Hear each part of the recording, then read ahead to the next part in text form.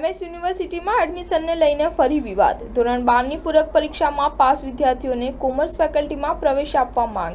વિદ્યાર્થીઓએ ડીન ઓફિસની ગ્રીલ હલબલાવી નાખી।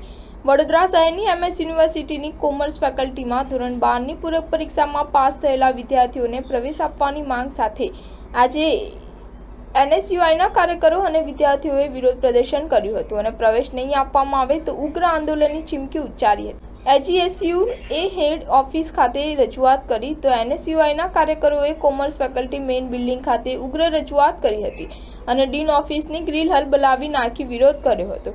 વિદ્યાર્થી નેતા નિખિલ સોલંકીએ જણાવ્યું કે અમે કોમર્સ ફેકલ્ટીમાં રજૂઆત કરવા માટે આવ્યા છીએ। ડીન કેતન ઉપાધ્યાય વિદ્યાર્થીઓએ સાથે ગદ્દારી કરશે તો ચલાવી લેવામાં નહીં આવે। રિપીટર વિદ્યાર્થીઓ માટે ફોર્મ ભરવાનું શરૂ કરવામાં આવ્યું નથી, તેઓ એડમિશનથી વંચિત છે। વડોદરાના વિદ્યાર્થીઓને આ લોકો દુશ્મન ગણે છે, જ્યારે બીજા વિદ્યાર્થીએ જણાવ્યું છે કે પૂરક પરીક્ષામાં પાસ થયેલા વિદ્યાર્થીઓને એડમિશન આપવાની માંગ સાથે અમે આજે રજૂઆત કરવા માટે યુનિવર્સિટીના હેડ ઓફિસ ખાતે આવ્યા છીએ।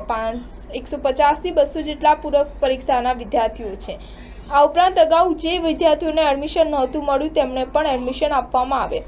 જો વિદ્યાર્થીઓને એડમિશન નહીં આપવામાં આવે તો અમે આંદોલનનો રસ્તો અપનાવીશું। વિદ્યાર્થીની શિયાસ દરજીએ જણાવ્યું હતું કે મારે 63% હોવા છતાં મને એડમિશન મળ્યું નથી। મને ખૂબ દુઃખ થાય છે, પરંતુ અમે એડમિશન મેળવીને જ રહીશું। મારી સ્થિતિ એવી છે કે પ્રાઇવેટ યુનિવર્સિટીમાં એડમિશન લઈ શકતી નથી, જેથી અમે આજે અમારી માંગ લઈને અહીં આવ્યા છીએ। સ્ટાર ન્યૂઝ 7 હંમેશા સચ્ચાઈની સાથે।